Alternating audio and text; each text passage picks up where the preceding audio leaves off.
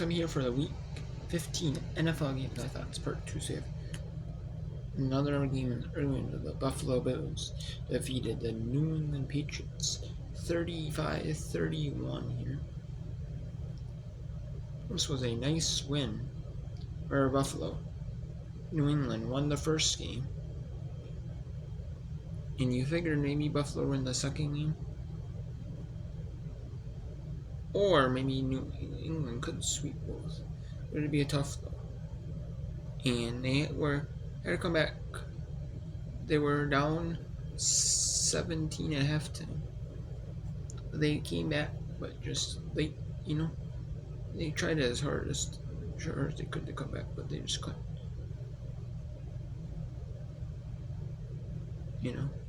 They just couldn't.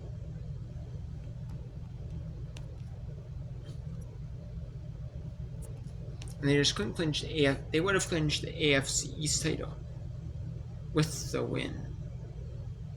But they do not. Josh Allen, 1928, 180 yards, 3 touchdowns, straight me, 14-23, 150 yards, interception. And then you got James Cook, 22 carries, 100 yards, 2 touchdowns. Henderson, 140 yards, 14 carries, 2 touchdowns. Then Matt Collins, 4 carries, 4 yards.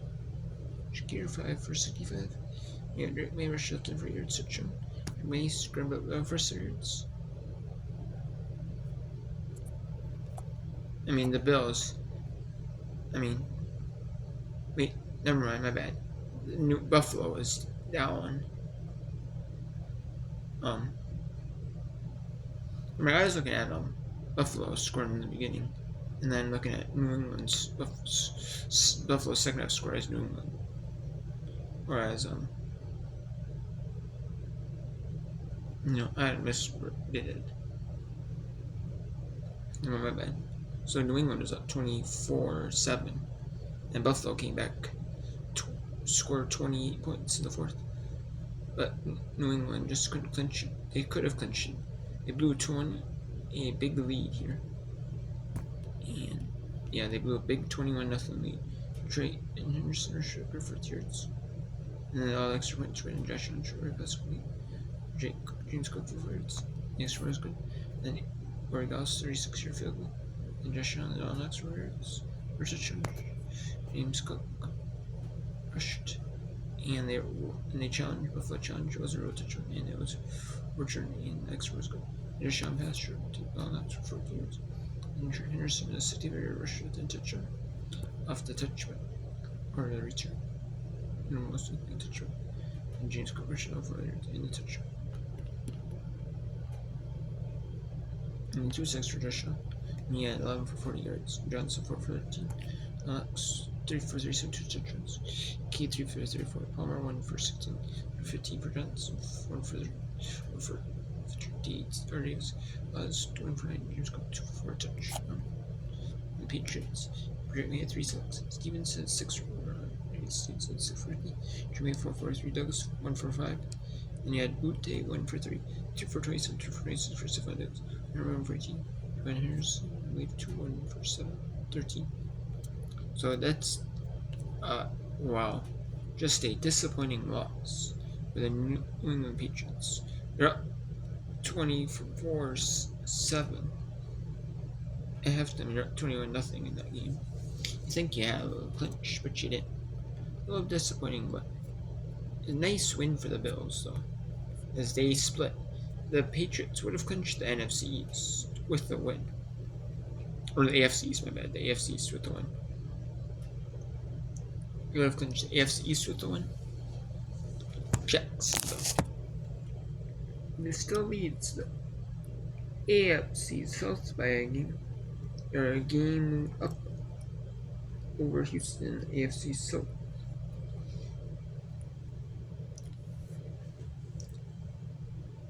As they have a 40-21. They're still in the chance for a playoff going into the next game with this big win. 40-20, dominate win. They need that win too, even no matter who it was against. They need a win. Keep it in. You stay too ahead of the or one. I guess with this win, they were 1.5 ahead of the Colts. Yeah, those Colts. If the Colts lost, they would be 2 back. If they won, they would be 1 back. The Colts would do the Jaguars. So they need this one in the AFC. So Jacksonville just dominated. Cook. And you had Brandon Cook, 22 33, 166 yards. I believe it's Brandon Cook. Bray Cook. I bet. 22 33, 160 yards, touchdown, 2 interceptions. Jordan's 20 32. 203 yards, 5 touchdowns. Davis, 9 for 58 touchdown. Mitchell, 6 for 58 touchdown. CT 3 catches, 70 yards, 3 touchdowns. Jones, 5 rushes, or 55 runs, 51 yards of touchdown. No, Bray Cook, 3 sacks he took. Cook, 6 for 9. Hall, Russell, 12 for 23. And then you had 6 for 53. Reggie, 3rd, 4 for 25. Russell, 4 for 2 for 14. Kurt, 2 for 7. 1 for 7 for Davis. And 3rd, 1 for 6. And then you had 18 Jr., 12 for 32. Allen, 4 for 11. 10. Thomas. Brown, 1 for 7, 5, 4. And you had Gomez, 5 for 7. Ryan Thomas Jr., 4 for 6, etc. Washington, 2 for 53. Reed, 1 for 26. Morris, 2 for 20. 10, 1 for 16. Allen, 1 for 5. So just dominant win for the Jaguars. So Trevor short pass right for complete to Thomas for words, and the game looks really good. 15-year touchdown left in. And Helly, Stiggers, defense home, and OC Klein, and next was good. And Cook short pass pre-cut to immature Renairs. Nick Folk was good, and then Jerome short pass right complete. B10 for 6 years, and the Camel X was good. Nick Folk for 100 field goal, and then Camel X 30 field goal. Jerome passed to Charles CT and Jr. for 20 yards. Camel X was good. Folk 50 field goal, and Jerome short pass well complete. Charles CT for years. Camel X 20 field goal. And then the fourth score was the Davis 24 yard. Nick Folk was good, and then Trevor Lawrence, Charles CT and Jr. for yards. Only a couple plays. Maybe 1-2 plays at most. Camel X was good. Just a dominant win for the Jaguars. I mean, they gave up 20 points, but still, they were still not bad though. And here we have the third game of that third game, and the second last one of the early window. We're in this here. And yeah, the Washington Commanders defeat the New York Giants 29-21. It was a much. Both teams wanted to win to feel good about themselves heading near the end of their seasons. And the Washington Commanders got one, 29-21. Washington dominated, especially they really took over that second quarter, 29 with 19-7. Marcus Mariota 10 for 18, 2 earlier touchdown. Detroit 20-36, 2 for 6, 2 touchdown reception. Good Chris, 18 carries, 96 yards touchdown. Tracy Jr. 15 for 7, 15 runs, 7 yards touchdown. Jim McLaren 3 catches, 7 yards touchdown. Johnson 3 catches, 7 yards. And then Marcus Mariota had 2 sacks as well. And he had 10 for runs for 40 yards. Nichols 9 for 6. People say was senior 3 for 43. Snot 1 for 36. Brown 1 for 28.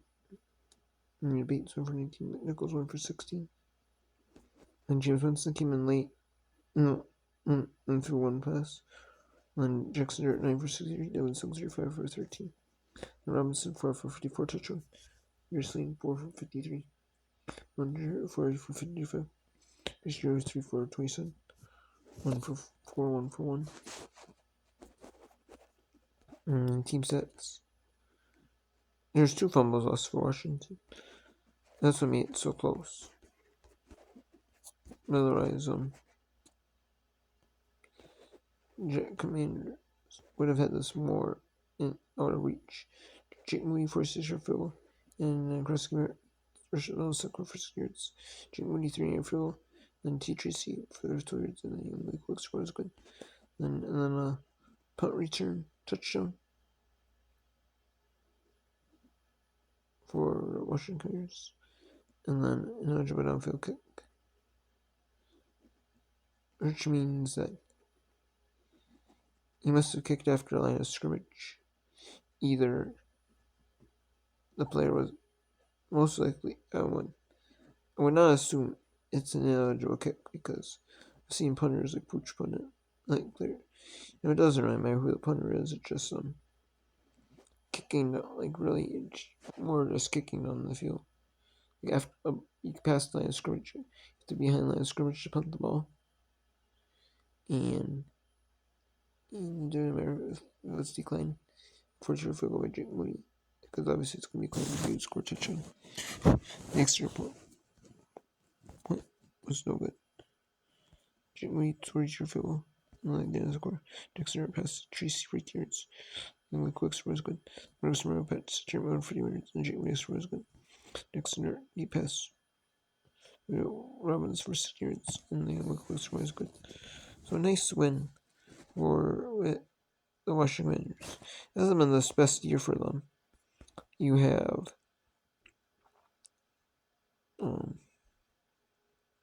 changing answer, but Marcus has shown that he can be a good sub. The backup, once he feels comfortable, he's been playing not so bad. We have the Chicago Bears. They clinch. Well, they have the clinch the first place lead for now in the NFC North this win, but the Green Bay Packers still have yet to play. So could they clinch first place back from Chicago Bears with be a half game ahead? If they win to the Denver Broncos, we'll see. And the Cleveland Browns 3-11 on the season. Chicago Bears were good in the first quarter. In the third quarter, were really dominant. But in the second, fourth, they really weren't. So the Browns are more dominant. Not more score. During a matchup, it might be somewhat close. Then Scherzer, 18. He had a really bad day. 18-35, 100 yards, 3 receptions. So not that great. Cameron Williams, 17 for 22 yards, 2 touchdowns. Scherzer rushing 2 for 24. Andrews with 18 great yards, 2 touchdowns. Vaughn 2 for 89 for the Browns. For the Bears, Bruno third 6 for 84. And Scherzer took 5-6. Jenkins 2 for 7. Williams 1 for 3. Evander 1 for 2. Evander 7 for 8. Juju 2 for 22. Cody 1 for 10. Larvin 1 for 8. Williams 1 2 for 4. Jenkins 2 for -4. Williams took 3-6, but Cameron Guy was 11 for 3. Williams 2 for 13. And DJ Moore 4 for 16. Close to 11. 4 for 16. Cole Clement 2 for 20. And few offensive linemen. Or few players that are on the field. Devin Duvernay. You had Cameron Guy on the field, but didn't get any targets. It was all Chicago Bears, though. DeAndre Swift rushed right tackle for 6 yards. K. Williams passed to DJ Moore for yards. And there's 6 points for Ben. It's Mike Senior field in the third quarter, first drive of the third quarter. DJ Moore catch for 22 yards. The third quarter, and the center DeAndre Swift to George. Chris was for a field goal on the fourth screen. Make it 31-3. And when you throw 3 interceptions, no fumbles, but you give short fields to the Bears, they'll gladly take. Then we have game number 4 here, this part. That was game number 4. The final game of this part. The 10th final game. And the first of 5 late window games of the day. It is the Saints. They defeated the Panthers 2017. It's the final game of part 2. And we have. It's kind of stunning because if the Carolina Panthers won, it would have been for now till the first matchup of 2. It would have been a game ahead. But it didn't matter though. Tampa Bay lost to Atlanta on Thursday football, and they lost to New Orleans on Sunday last week. So 2 Sundays ago. Last week Thursday they lost to Atlanta and New Orleans. New Orleans this week too. Late. We're doing 15-24 Hurts yards touchdown. To show 24-32 Hurts yards touchdown. We're doing Chris 4 yards. To show 8 for 32. Coker 4 for 60 touchdown. Chris Olave 3 for a touchdown. He took a sack. Rick Waddell 16 for 9. Joe Everett 8 for 29. Coker, like I said, 0 like that. 2 for 9. 1 2 for 25. Joe 2 for 13. 2 Hubbard 1 for 9. 1 for 7. There's 2 for 5. Got 1 for 5. And Spencer came in 3 passes. The show had 5 sacks. Neal 7 for 28. Held 4 for 12. This time took for 12. Held 2 for 2. And then you have Chris Olave 6 for 5, like I said. Touchdown. Held 5 for 16. Estimated 3 for 9. Austin Drew 0 for 3. Winston 4 for 3. So 1 for 7. Then 1 for 5. And then 1 for 4. Not bad. Yeah, it's the touch. This is a very close game for the Saints. They stun late. It was close. It was 17-10 after 3 quarters. But then the fourth, New Orleans scored 10 unanswered to win. 20-17. Good overshot now for words, and the extra was good.